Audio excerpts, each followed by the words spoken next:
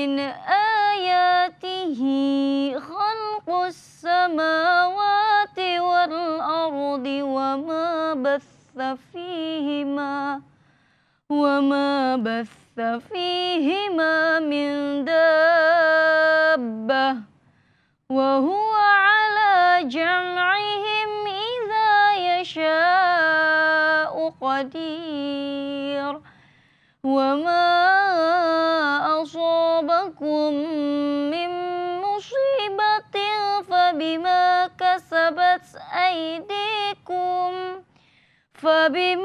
kasabat aydikum wa ya'fu an katsir wa ma antum bimu'jizina fil ard wa ma lakum min dunillahi min waliyyin wala nasir.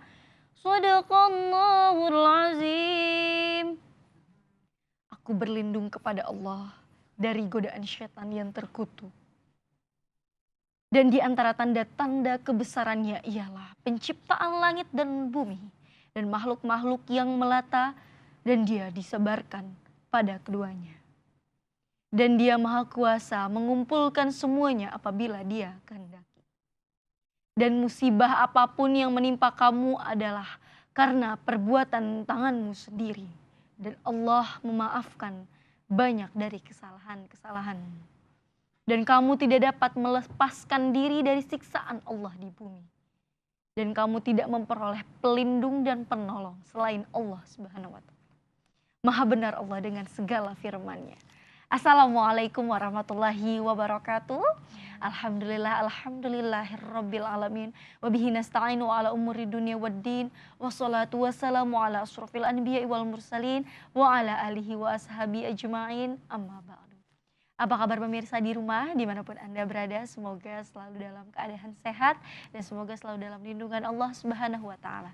Amin ya Rabbal Alamin. Senang sekali berjumpa lagi dengan saya, Mutia Rifa, dalam acara kesayangan kita semua, Curahan Kolbu. Di sini kita mencurahkan isi hati, insya Allah tenang di hati. Pemirsa, seperti biasanya Mutia tidak sendirian karena pada kesempatan kali ini Mutia akan ditemani oleh narasumber kita, yaitu Ustadz Imam Muslih Ramlan LC. Baiknya kita sapa terlebih dahulu sebelum kita membahas suatu tema nih ya. Assalamualaikum Ustadz. Waalaikumsalam warahmatullahi wabarakatuh. Apa kabar Ustadz? Alhamdulillah. Alhamdulillah ya. Alhamdulillah. Kita bisa bertemu kembali nih Ustadz pada kesempatan kali ini. Nah pemirsa, seperti biasanya kita juga tidak berdua saja. Dan pada kesempatan kali ini di studio sudah hadir Umi dari Majelis Taklim Al-Musyawarah Kelapa Gading. Baiknya kita sapa terlebih dahulu nih pemirsa. Assalamualaikum Umi. Waalaikumsalam. Apa kabar? Alhamdulillah. Alhamdulillah nih selalu matching sekali ya sama saya nih, kerudungnya merah-merah nih ya. Sudah siap pastinya ya mengaji bersama Ustadz ya. Insya Allah. Nah Ustadz, pada kesempatan kali ini kita bertemakan pemirsa mengenali azab, teguran dan ujian hidup. Pemirsa Curahan Kolbu yang dirahmati Allah, dalam hidup ini kita seringkali mendengar kata azab, teguran dan ujian dari Allah Subhanahu wa Ta'ala, khususnya ujian hidup pemirsa. Namun pahamkah kita dengan ketiga istilah tersebut? Baiknya langsung kita tanya nih kepada narasumber kita pada hari ini mengenai azab, teguran dan hidup. Itu bisa dijelaskan Ustadz, makna dari azab, teguran dan hidup, ujian hidup, silakan langsung saja. Bismillahirrahmanirrahim. Assalamualaikum warahmatullahi wabarakatuh. Waalaikumsalam warahmatullahi. Alhamdulillahirabbil alamin. Alhamdulillahilladzi tatimmu bi ni'matihi as-salihat. Allahumma salli wa sallim wa barik ala habibina al-Mustafa sayyidina wa maulana Muhammadin wa ala alihi wa ashabihi wa man sara ala nahjihi ila yaumiddin. Subhanaka la ilma lana illa ma 'allamtana innaka antal alimul hakim. Rabbi shrah li sadri wa yassir li amri wahlul 'uqdatam min lisani yafqahu qawli. Amin. Allahumma amin, amma ba'du. Pemirsa yang dirahmati Allah Subhanahu wa Ta'ala, disampaikan tadi oleh Mbak Mutia ya, bahwa ada namanya musibah. Ya. Ibu sekalian, kita mengenali dalam musibah itu, apa musibah itu termasuk bagian dari teguran atau azab atau ujian. Disinilah merujuk pada apa yang dibaca tadi. Dalam Al-Quran Al-Karim, Allah Subhanahu wa Ta'ala telah menegaskan satu firman-Nya dalam surat Syura di ayat ke-30 tadi disebutkan, A'udzubillahi minasyaitonirrajim, wa ma asabakum min musibatin, dan tidaklah ada satu musibah ya yang menimpa kepada kalian semua, fabima kasabat aidikum, maka apa yang menimpa pada diri kalian itu disebabkan karena apa yang telah mereka perbuat, apa yang telah mereka atau kalian lakukan sebelumnya. Fabima kasabat aidikum wa ya'fu an katsir. Namun saja Allah Subhanahu wa Ta'ala memang masih banyak sekali memaafkan. Tidak semua kesalahan-kesalahan yang dilakukan oleh hambanya langsung diazab, langsung diiqab oleh Allah Subhanahu wa Ta'ala. Tetapi Allah banyak sekali wa ya'fu an katsir. Masih banyak kesalahan-kesalahan yang dilakukan oleh manusia itu Allah masih maafkan. Maka sekali lagi kembali kepada musibah tadi, berarti musibah adalah sesuatu yang terjadi pada diri kita, yang itu kejadian yang kita alami nggak mengenakan rasa kita, nggak mengenakan pikiran kita, nggak sesuai dengan apa yang kita mau. Kita semua nggak mau kan ada musibah itu, tetapi itu harus terjadi dan Allah Subhanahu wa Ta'ala berikan itu. Agar apa tujuannya? Intinya adalah la'allahum yarji'un, agar kalian dengan musibah itu kalian bisa kembali ingat kepada Allah Subhanahu wa Ta'ala, agar kalian sadar, agar kalian menjadi lebih baik lagi, berkoreksi, minta maaf, mohon ampun kepada Allah Subhanahu wa Ta'ala. Itu diantara kenapa musibah itu harus terjadi. Baik.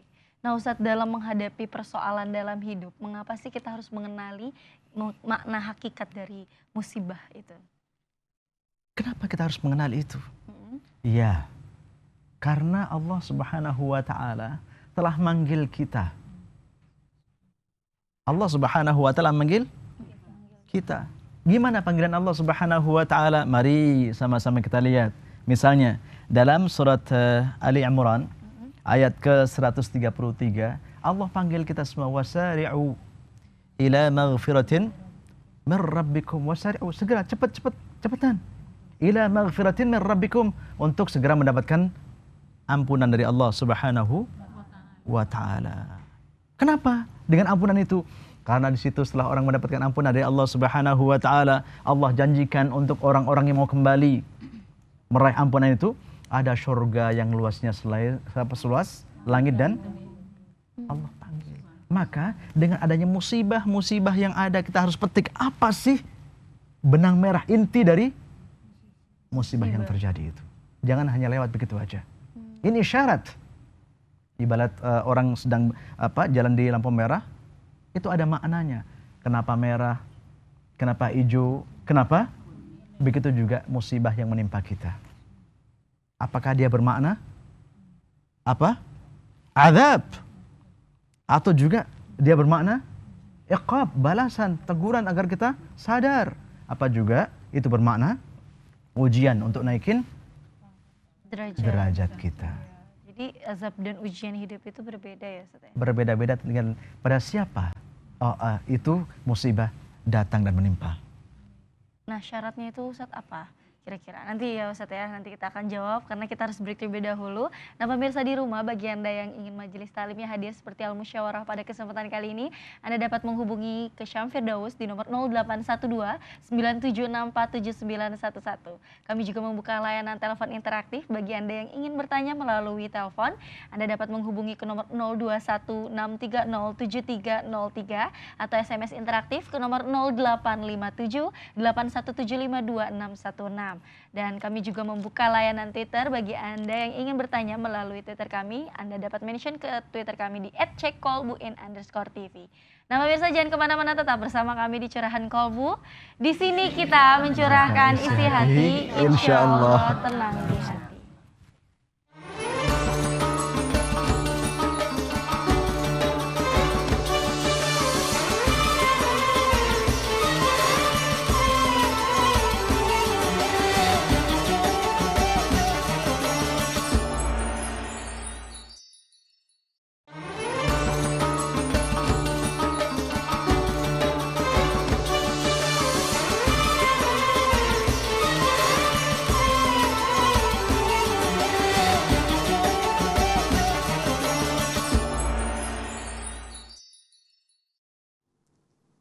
pemirsa yang dirahmati Allah, kembali lagi dalam program Curahan Kolbu.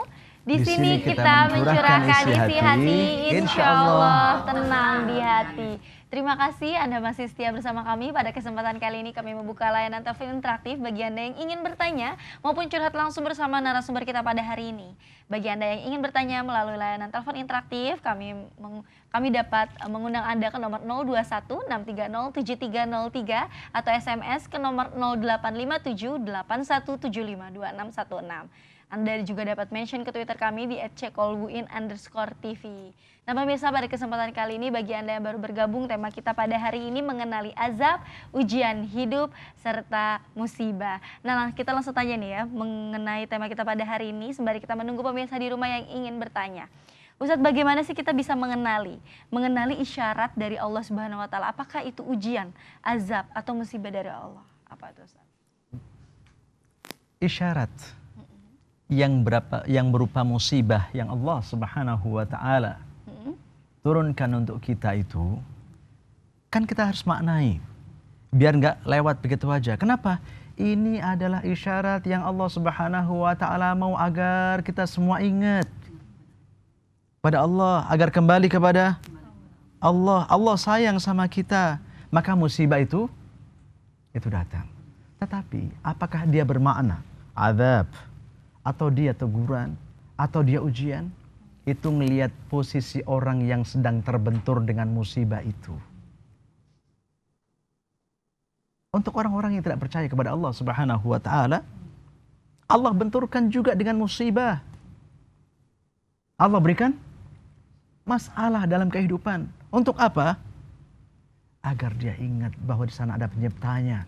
Ada Allah yang telah memelihara dia. Ada Allah yang telah memberikan fasilitas kehidupan yang nyaman dalam kehidupan selama ini. Itu untuk orang-orang kafir, berarti kalau dia nggak segera untuk ingat kepada Allah Subhanahu wa taala, dia itu adalah merupakan satu azab. Berapa banyak dalam satu kampung, pada pribadi, negara-negara yang dihajar dengan Allah Subhanahu wa taala dengan azab-azab itu. Supaya apa? Supaya mereka ingat tentang penciptanya, yaitu Allah Subhanahu wa taala. Yang kedua juga, baik, nanti kita akan lanjutkan ya, karena sudah ada pemirsa di rumah yang ingin bertanya nih. Halo, assalamualaikum. Waalaikumsalam warahmatullahi wabarakatuh. Dengan siapa, di mana Bapak? Dengan Bapak Kiki. Di mana? Ya, di Pondok Bambu, Ibu. Oh iya, silakan. Langsung Iya. saja pertanyaan. Ini nggak apa-apa di luar tema ya, Boleh, Bu, boleh, Pak Ustadz ya. silakan Pak Kiki. Iya. Ini Pak Ustadz, saya mau tanya ini. Saya punya kawan ini. Kita tahu kalau itu dia suka nraktir kita gitu, Pak Ustadz. Terus, tapi kita sebagian tahu kalau yang dipakai untuk traktir kita itu hasil dari riba gitu, Ustadz. Terus apakah kita bisa menghindari atau kita tahu berdosakah kita gitu Pak Ustadz, padahal kita tahu itu uang hasil riba gitu. Tapi teman-teman kita yang nggak tahu, ya mungkin itu nggak mungkin nggak ada dosanya buat mereka yang nggak tahu. Tapi kalau buat kita yang tahu, bagaimana Pak Ustadz? Satu lagi Pak Ustadz, hati saya lagi gundah ini Pak Ustadz, karena ada yang zalim kepada saya. Terus gimana atas mengatasi kegundahan hati saya ini Pak Ustadz? Mungkin ada amalan-amalan atau doa yang harus saya panjatkan agar kegundahan atau orang itu nggak zalim lagi sama saya Ustadz. Itu aja saya, mudah-mudahan jawaban Pak Ustadz bisa menyenangkan hati saya dan bisa memberikan kecerahan buat ke hati saya. Itu aja Pak Ustadz. Assalamualaikum warahmatullahi wabarakatuh. Waalaikumsalam warahmatullahi wabarakatuh. Terima kasih Pak Kiki sudah bertanya. Nah, sudah saat ini Ustadz akan menyampaikan solusi atau jawaban dari pertanyaan dari Pak Kiki. Silakan Ustadz, ada 2 pertanyaan ya. Terima kasih. Yang pertama tadi, yaitu ditraktir dengan uang riba. Dan dia pun tahu itu uang riba. Jadi berdosa. Bagi yang nggak tahu, memang ya, namanya juga nggak tahu ya. Rafi'al qalam wa thalatin, kalau nggak tahu ya nggak. Tapi bagi yang tahu bagaimana? Bagi kita yang tahu bahwa itu adalah riba,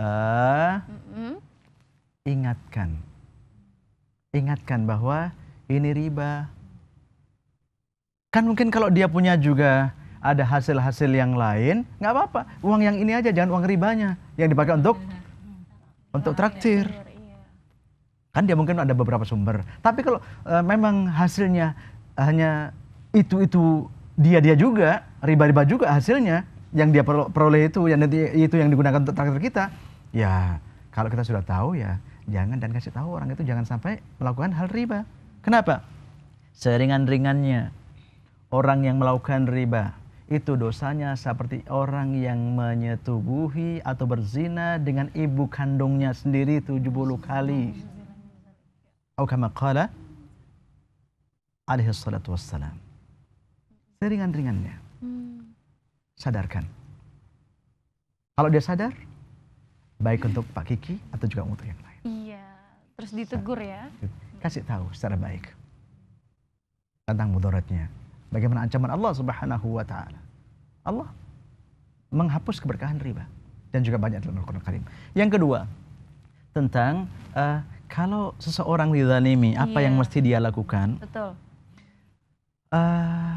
Unsur akhaka zaliman aw mazluman. Tolong bantu teman kamu yang dia itu menzalimi atau orang yang terzalimi.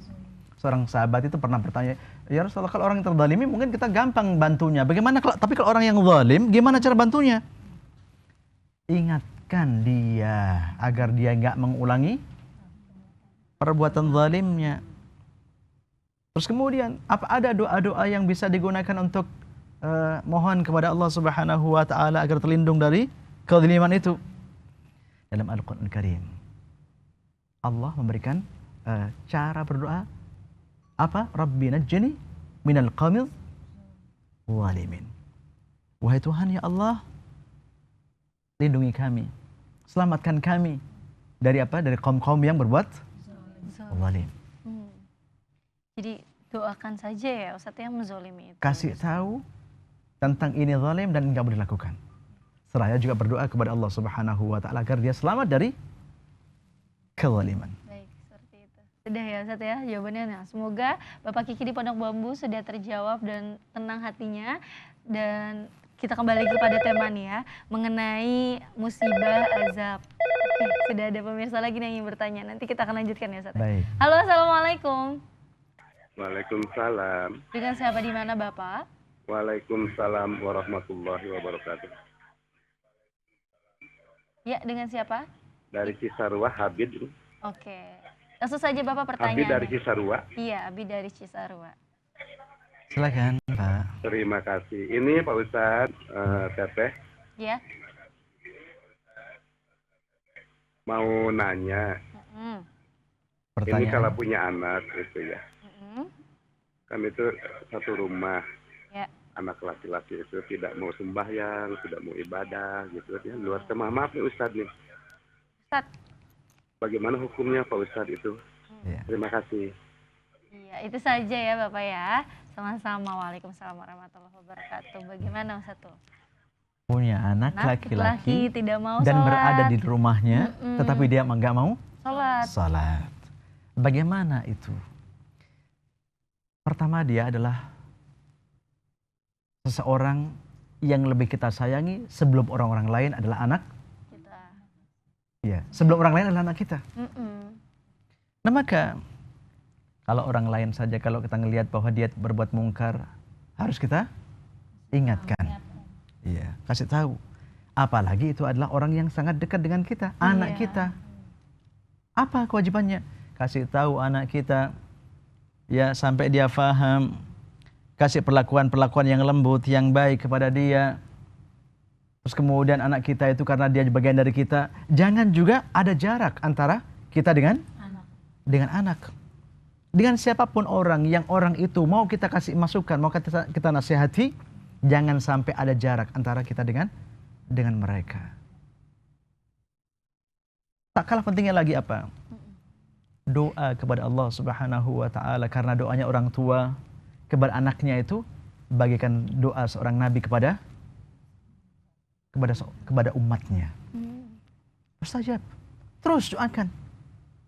Jadi dalam hal ini nggak boleh kita ada mengenal putus asa, Nggak boleh.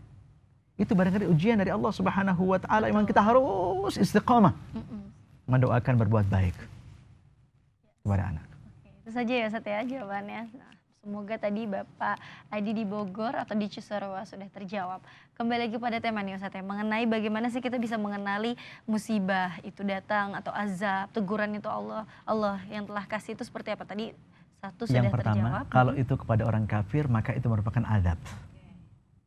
Tapi kepada orang muslim atau orang mukmin, ada orang mukmin yang orang mukmin itu ada banyak kesalahan dan dosa-dosa yang disadari atau gak disadari dia lakukan dalam kehidupannya. Iya. Baginda Rasul Muhammad sallallahu alaihi wasallam menyampaikan, Allah itu kalau sayang pada seseorang, maka ajala Allah akan segerakan timpakan musibah pada dirinya di dunia ini. Agar apa? Agar orang itu ingat kembali kepada Allah Subhanahu. Berarti itu cara Allah untuk memanggil kita itu dengan musibah ya Ustaz? Dengan Ya? musibah itu diantaranya. Itu bukti sayang Allah Subhanahu wa taala kepada kita. Iya. Tinggal kita bisa menangkap isyarat itu apa enggak. Iya. Kan banyak kadang di Seuzon ya. ada Ditimpa orang digedor musibah. dengan bermusibah kanan kiri, atas belakang, depan belakang, kemudian atas bawah. Dengan musibah bertubi-tubi dia masih keras, nggak bisa hatinya. nangkep. Betul. Nggak bisa nangkep dengan itu. Ada. Tangkap itu isyarat. Agar apa? Sekali lagi, agar orang ingat dengan musibah itu kepada Allah Subhanahu wa taala bahwa ini salah, dia akan segera kembali istighfar, mohon ampun kepada Allah Subhanahu wa taala dan buat memperbaiki kesalahannya. Yang kedua, Betul, yang kedua. mukmin yang asih. Ada orang mukmin yang taat pun juga ternyata juga nggak lepas dari musibah. Dan ini adalah suatu ujian yang diberikan oleh Allah Subhanahu wa taala. Para nabi, para rasul, orang-orang saleh, para aulia, bukan berarti orang yang nggak lepas dari musibah. Banyak musibah yang terjadi pada beliau. Padahal beliau ahli ibadah. Untuk apa? Untuk Allah tingkatkan derajatnya di sisi Allah Subhanahu wa taala.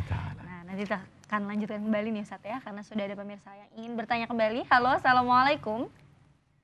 Waalaikumsalam. Iya, dekat siapa di mana Ibu? Dengan hamba Allah di Tangerang. Iya, langsung saja pertanyaannya. Begini Pak Ustadz, maaf di luar tema. Iya, silakan. Assalamualaikum Pak Ustadz. Waalaikumsalam warahmatullahi wabarakatuh.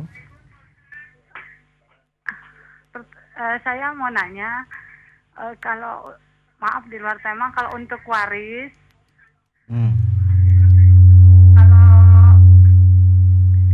waris dari nenek, apakah itu datang untuk jatuh kepada cucu? Apakah itu harus dibagi untuk laki-laki 2 atau dibagi rata aja Pak Ustadz? Iya, Sudah. Oke, itu saja Ibu pertanyaannya. Iya. Itu aja. Tentang ahli waris ya. Ya, Bu? Assalamualaikum warahmatullahi wabarakatuh. Waalaikumsalam warahmatullahi Waalaikumsalam wabarakatuh. warahmatullahi wabarakatuh. Pembagian waris nih. Mungkin di sini neneknya meninggal. Apakah cucu dapat atau dibagi rata dengan anak-anaknya laki-laki? Seperti apa Ustaz? Tentang waris. Sebelum kita menjawab tentu harus tahu permasalahannya. Siapa di antara ahli waris yang ada tatkala seseorang itu meninggal. Betul. Itu dulu baru akan diketahui nanti jawabannya. Oh, ini dapat, ini nggak dapat, ini dapat, ini, oh ini dapat sekian. Itu dulu harus tahu. Satu. Yang kedua, tentang waris juga prinsip umumnya pembagiannya kalau laki-laki itu adalah lidzakari mithlu hadzil unthayain. Untuk laki-laki itu 2 kali lipat yang 2/1 ya. Ya 2/1. Itu bisa kita lihat nanti di awal-awal surat An-Nisa bagaimana tentang pembagian waris yang insya Allah itu bisa jadikan rujukan insya Allah. Jadi begitu ya. Pembagiannya mungkin Ustaz? Pembagiannya sekali lagi harus tahu masalahnya. Siapa yang ada siapa? Yang ditinggalkan tadi. Siapa itu mesti jelas. Tadi belum disebutkan ya. Iya. Maka merujuknya tadi pada awal-awal surat di surat An-Nisa bisa dilihat itu. Seperti itu tadi ya. Hamba Allah di Tangerang sudah terjawab. Semoga bisa puas dengan apa yang sudah Ustaz jawab. Nah Ustaz kembali kepada tema nih ya. Ada lagi nih Ustadz mengenai isyarat-isyarat dari Allah Subhanahu wa taala. Baik. Isyarat-isyarat yang diberikan oleh Allah Subhanahu wa taala yang agar orang itu kembali kepada Allah, ya. Yang tadi ada 3 ya. Ada yang berupa azab, ada yang teguran, ada yang merupakan ujian. Ya. Tetapi sekali lagi, ternyata ujian dari Allah Subhanahu wa taala itu tidak melulu. Tidak hanya berbentuk satu musibah saja ujian itu. Bahkan Allah Subhanahu wa taala sampaikan dalam Al-Qur'an Karim termasuk kebaikan yang diterima oleh seseorang atau sesuatu yang tidak mengenakan seseorang itu juga merupakan ujian yang telah diberikan oleh Allah Subhanahu wa taala.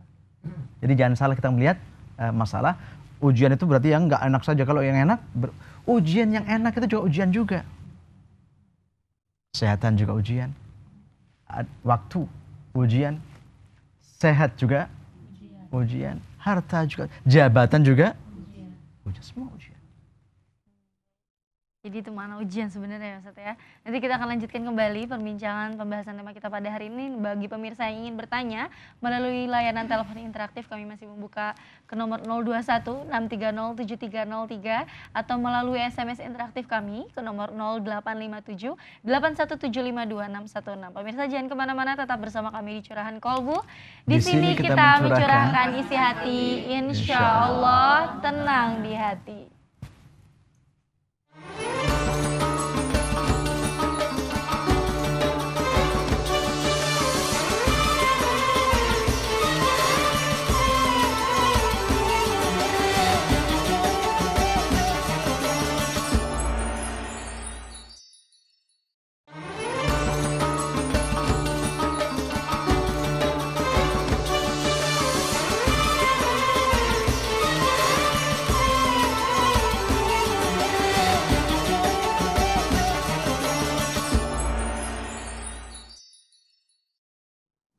Pemirsa yang dirahmati Allah, kembali lagi dalam program Curahan Kolbu. Di sini kita mencurahkan isi hati, insya Allah tenang di hati.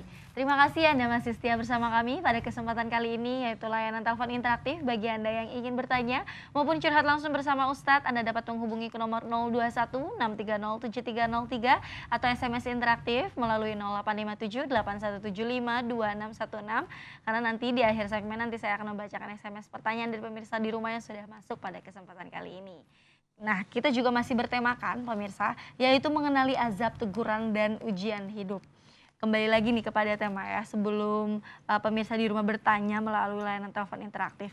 Bagaimana sih yang dilakukan saat kita itu menghadapi ujian dan cobaan Ustaz? Terkadang kita selalu mengeluh ataupun kita sudah tidak menerima atau suuzon kepada Allah Subhanahu wa taala. Nah, bagaimana Ustaz sikap kita menghadapi ujian dari Allah Subhanahu wa taala? Prinsip adanya musibah, kita sudah tahu bahwa inginnya Allah itu kita ingat, kita sadar. Sekarang kita kaca dulu. Kita ini selama ini termasuk orang yang percaya kepada Allah Subhanahu wa taala apa enggak? Kalau kita belum percaya kepada Allah Subhanahu wa taala atau ragu-ragu dengan adanya Allah sebagai Tuhan yang telah menciptakan kita, dunia seisinya, yang ngatur kita, dan juga kita akan kembali kepadanya, kita harus ingat Allah pencipta kita. Ingat dulu. Kalau yang bagi orang yang tadi yang belum beriman, imani Allah. Kenapa?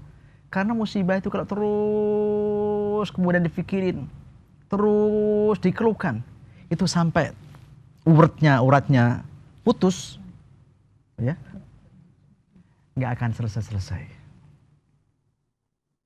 Ambil manfaatnya. Yang kedua, tatkala musibah itu juga datang, ya, kalau kita memang sudah seorang Muslim, ibadah sudah, walaupun kadang-kadang juga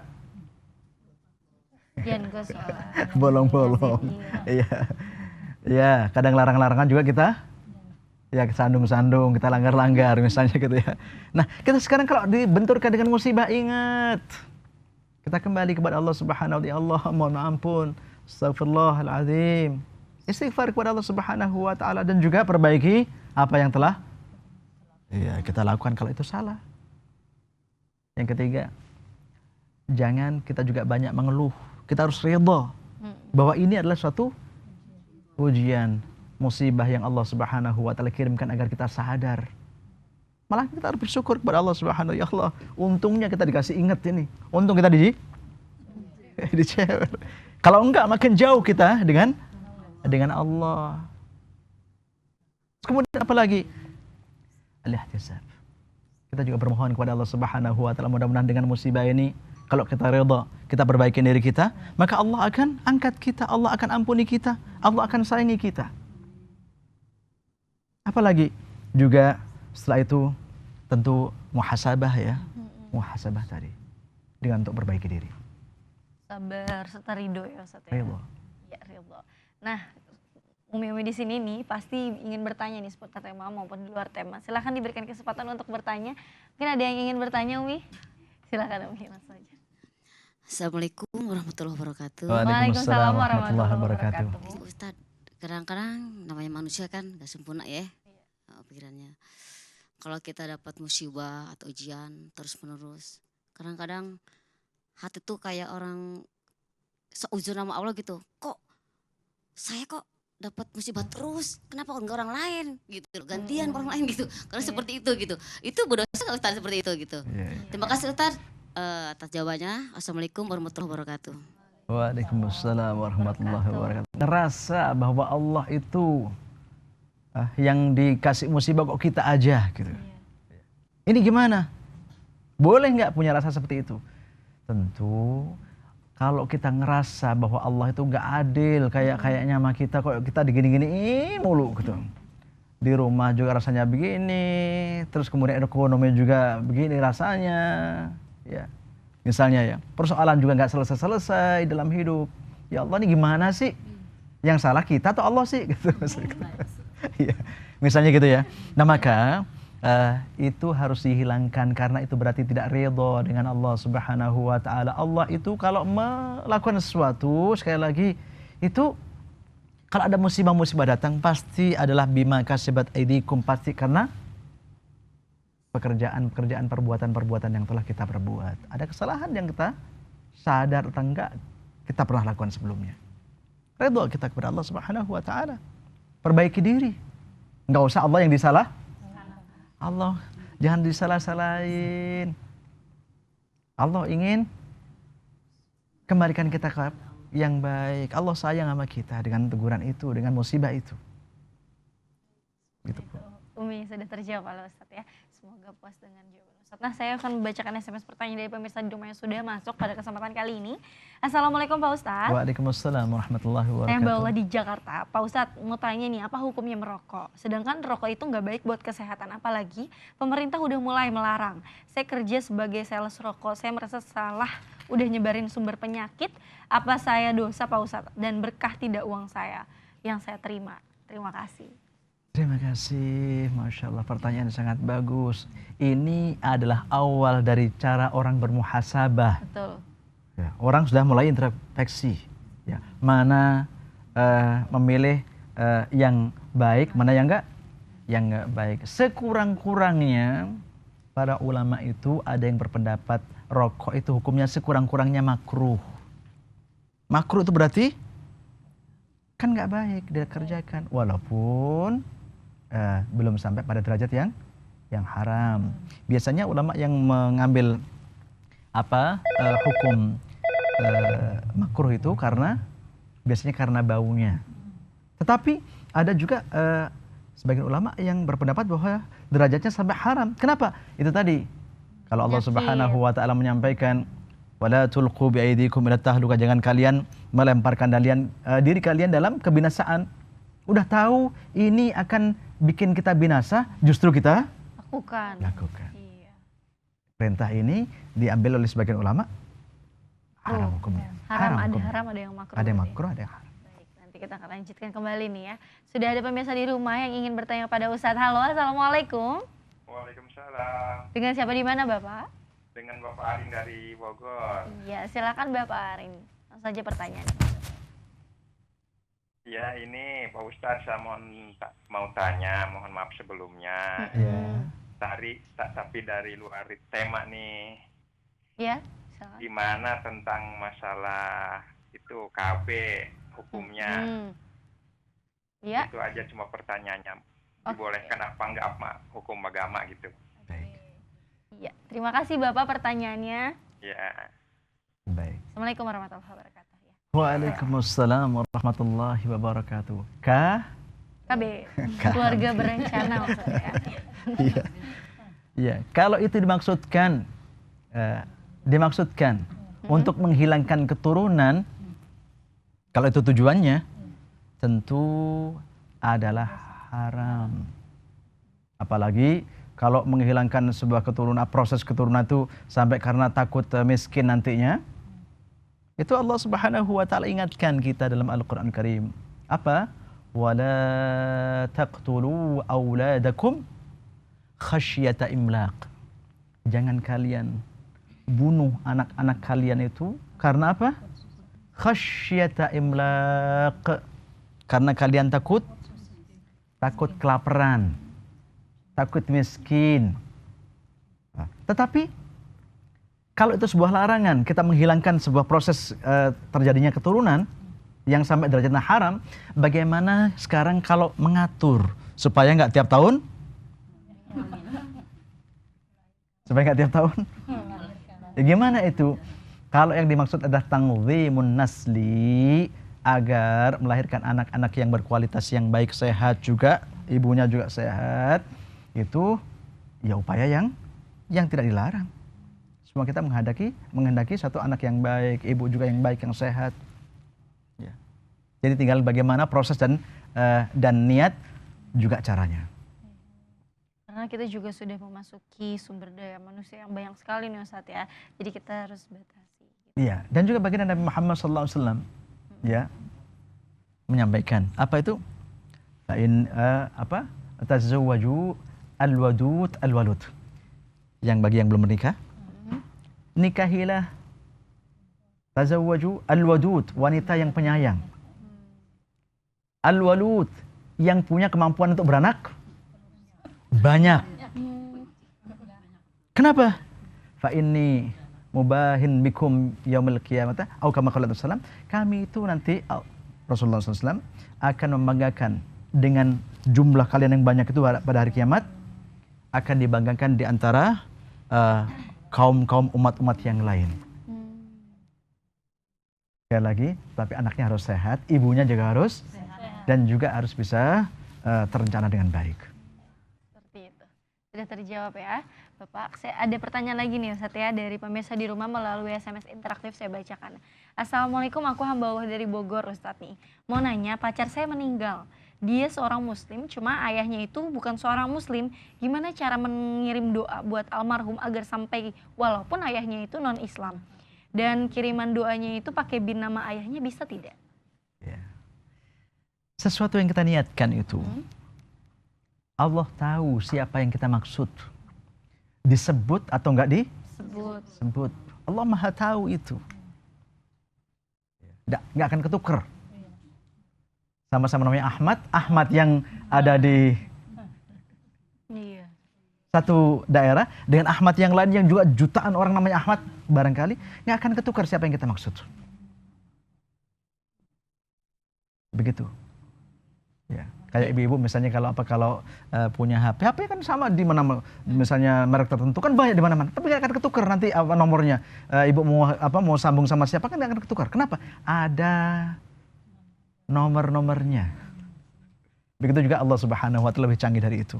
Bisa tetap bisa doakan. Didoakan ya. Doakan. Dan akan sampai kalau dia Muslim. Cuman untuk mendoakan ayahnya pun tidak bisa ya karena dia non-muslim gitu. Jadi doa itu akan sampai kalau syaratnya yang doakan harus orang yang beriman kepada Allah Subhanahu wa taala. Ya. Tapi kalau yang belum boleh? Ya boleh. Apa? Doakan orang itu agar mendapatkan petunjuk kalau orang masih hidup. Ya Allah, berikan dia rahmat-Mu kepada itu orang. Apa? Berupa taufik dan hidayah agar dia jadi orang yang baik, dapat petunjuk, beriman kepada Engkau. Ada lagi nih pertanyaan dari pemirsa di rumah, karena banyak sekali yang sudah masuk. Tapi nanti saya akan bacakan di segmen akhir nanti. Oke. Kita harus break terlebih dahulu nih. Bagi pemirsa di rumah, jangan kemana-mana. Setelah ini kami akan kembali. Bagi Anda yang ingin bertanya melalui SMS interaktif, Anda dapat mengirimkan ke nomor 0857 8175 2616 atau mention ke Twitter kami di @ckolbu_tv. Jangan kemana-mana pemirsa, tetap bersama kami di Curahan Kolbu. Di sini kita mencurahkan isi hati, insya Allah tenang di hati.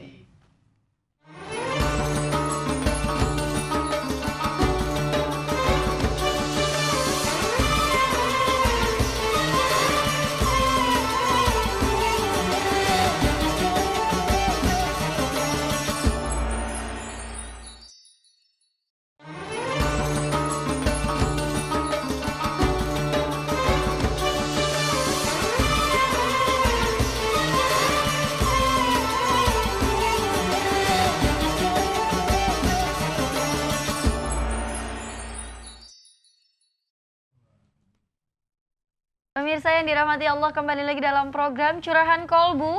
Di sini kita mencurahkan isi hati, insya Allah tenang di hati. Terima kasih Anda masih setia bersama kami pada kesempatan kali ini, yaitu segmen akhir, di mana nanti Ustadz akan menyampaikan kepada kesimpulan sekaligus doa penutup, dan saya akan membacakan SMS pertanyaan dari pemirsa di rumah yang sudah SMS pada kami atau mention di Twitter kami. Nah, sebelum saya membacakan, mungkin saya memberikan kesempatan untuk Umi ini bertanya. Ada yang ingin ditanyakan, Umi? Silahkan, Umi. Bismillahirrahmanirrahim. Assalamualaikum warahmatullahi wabarakatuh. Waalaikumsalam warahmatullahi wabarakatuh. Ya, saya Pak Ustadz, saya mau tanya. Suka kalau dapat ujian, suka nggak sabar gitu Pak Ustadz, bagaimana ngadapinya? Kayak begitu. Ya, terima kasih. Assalamualaikum warahmatullahi wabarakatuh. Waalaikumsalam warahmatullahi wabarakatuh. Relatif ya Ustadz ya? Ya, memang siapapun orang, tatkala mendapatkan musibah itu, kan dia nggak sesuai dengan apa yang kita inginin. Tetapi kalaupun kita sudah merasakan bahwa awal-awal kita nggak nerima, tapi kemudian kita pikir lagi harus ada apa? Ingat bahwa tiap-tiap apapun yang terjadi itu dia tidak akan terjadi kecuali dengan izin Allah Subhanahu wa Ta'ala. Kita harus terima itu. Dan juga atas apa kejadian, kalau itu musibah yang kita dapatin, pun kita juga harus pahami tadi. Kenapa ini terjadi? Koreksi. Jangan Allah jangan Allah disalah-salahin kayak tadi. Iya, seperti itu ya. Semoga tidak sabar lagi nih, bukan tidak sabar tapi sabar lagi dan tidak sabarnya itu dihilangkan. Amin ya rabbal alamin. Iya. Nah, saya akan membacakan SMS pertanyaan dari pemirsa di rumah nih. Assalamualaikum Pak Ustadz. Waalaikumsalam. Nama saya Agus. Saya mau tanya nih, gimana hukumnya kalau murid cium tangan dengan guru laki-laki, sedangkan itu bukan muhrim? Gimana? Mau cium tangan? Enggak, istilahnya kan kita sebagai murid kepada guru itu kan harus cium tangan. Tapi gimana hukumnya? Terkadang kan emang guru itu kan laki-laki, kita perempuan, bukan muhrim, itu seperti apa Ustadz? Baik. Pertama, pada hukum bagaimana cium tangan kepada guru. Kalau dimaksudkan dalam tataran ikram, memuliakan, dan tidak disertai adanya pengkultusan, gak apa-apa. Toh juga dia, kalau orang tua kita itu merupakan satu orang tua secara fisik, dari fisik kita, guru-guru kita ini adalah beliau itu orang tua dari segi rohani kita. Orang tua kita dari rohani adalah guru-guru kita. Maka guru-guru yang mewarisi ilmu dari para nabi dan rasul, sebagaimana disampaikan, al-ulama'u warathatul anbiya, ikram kepada guru tidak masalah. Cium tangan boleh, tapi tanpa ada pengkultusan. Ikram saja. Nah, bagaimana sekarang kalau beda jenis kelamin? Ya. Misalnya gurunya laki-laki yang mau cium tangan perempuan. Kalau masih anak-anak nggak apa-apa. Iya, betul. Bagaimana kalau sudah balik? Kalau sudah balik itu kan bukan muhrimnya. Satu. Atau dibalik. Gurunya perempuan. Gurunya orang alim. Umurnya 35 tahun. Umurnya? 35. Muridnya 17 tahun. Muridnya umurnya laki-laki. 30 tahun. Oh. Atau 40 tahun. Bagaimana cium tangan? Mau cium tangan, mau cium apa nggak boleh. Ya kayak tadi. Kenapa? Dia bukan muhrimnya. Selama ini apa selama itu? Jadi mungkin niatnya itu kalaupun cium tangan itu ikram ya Ustaz ya. Karena kita untuk ikroman. Ikroman. Ya, ikroman tetapi batasnya tadi harus laki sama laki yang cium tangan. Kemudian perempuan sama guru perempuan. Baik. Ya, seperti itu sudah terjawab ya, insya Allah. Nah, ada lagi nih Ustadz banyak sekali dari Ciputat nih ya. Hamba Allah di Ciputat. Pak Ustadz, saya mau tanya, suami kawin lagi, saya dizolomin terus nih, sudah bertahun-tahun. Gimana solusinya Ustadz? Terima kasih. Suami? Kawin lagi, sudah 2 tahun dia dizolimi ternyata. Allahu Akbar. Ya, baik yang terzolimi karena kawin lagi atau yang enggak karena kawin lagi, ya, maka sampaikan kezolimannya, kasih tahu apa kezolimannya, kasih tahu. Supaya apa? Supaya suaminya tahu bahwa dia telah berbuat zalim. Kalau sudah tahu, agar dia enggak berbuat lagi, enggak ulangi kezalimannya lagi. Begitu. Nah Ustaz ada lagi. Assalamualaikum Ustaz, saya hamba Allah dari Ciputat. Saya ingin bertanya nih Ustaz, saya memiliki ayah, tapi ayah saya tidak mau terbuka soal keuangan keluarganya. Saya bersama ibu sudah menasehati ayah untuk terbuka bersama keluarga. Saya harus bagaimana nih Pak Ustaz? Terima kasih. Wassalamualaikum. Waalaikumsalam warahmatullahi wabarakatuh. Memang ya tidak ada kewajiban bagi seseorang termasuk ayah untuk terbuka keuangan. Ya, masalah keuangan atau apapun kepada keluarganya. Tidak ada kewajiban itu. Tetapi dengan terbuka itu akan memudahkan nanti bila mana terjadi hal-hal yang tidak diinginkan. Contoh, tatkala seorang ayah meninggal tiba-tiba, kalau nggak seorang anak atau seorang istri nggak tahu apa-apa mana saja asetnya, itu kan juga harus dipertanggungjawabkan nanti di hadapan Allah Subhanahu wa taala. Apa yang mesti nanti diwariskan kepada keluarganya, kan harus tahu. Walaupun nggak ada kewajiban, tetapi dengan terbuka akan meringankan beban itu seorang ayah manakala nanti ada hal-hal yang tidak diinginkan terjadi. Baik, seperti itu ya. Ada lagi nih Ustaz. Assalamualaikum Pak Ustadz. Waalaikumsalam. Maaf ini aku warahmatullahi Eni dari wabarakatuh. Jakarta. Aku mau tanya, maaf di luar tema juga. Bagaimana Pak Ustadz, 2 bulan lagi aku menikah dan setelah menikah aku mempunyai 2 pilihan. Mengurus mertua yang sedang sakit dan pekerjaan. Mohon jawabannya nih Pak Ustadz untuk menambah keyakinanku terhadap pilihanku yang nanti akan aku pilih. Terima kasih Pak Ustadz. Wassalamualaikum. Baik. Jadi 2 bulan lagi dia akan meninggal. 2 bulan lagi menikah. Dengan setelah menikah, apakah pilihannya akan milih ngurus pekerjaannya atau ngurus mertua yang sedang sakit?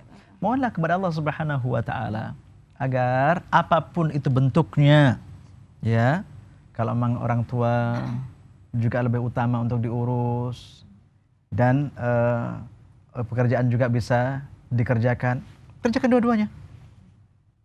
Tapi manakala sudah harus memilih, karena apa?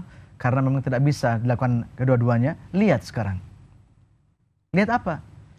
Bagaimana jalannya kehidupan dengan topangan penopang perekonomiannya sudah memungkinkan apa tidak?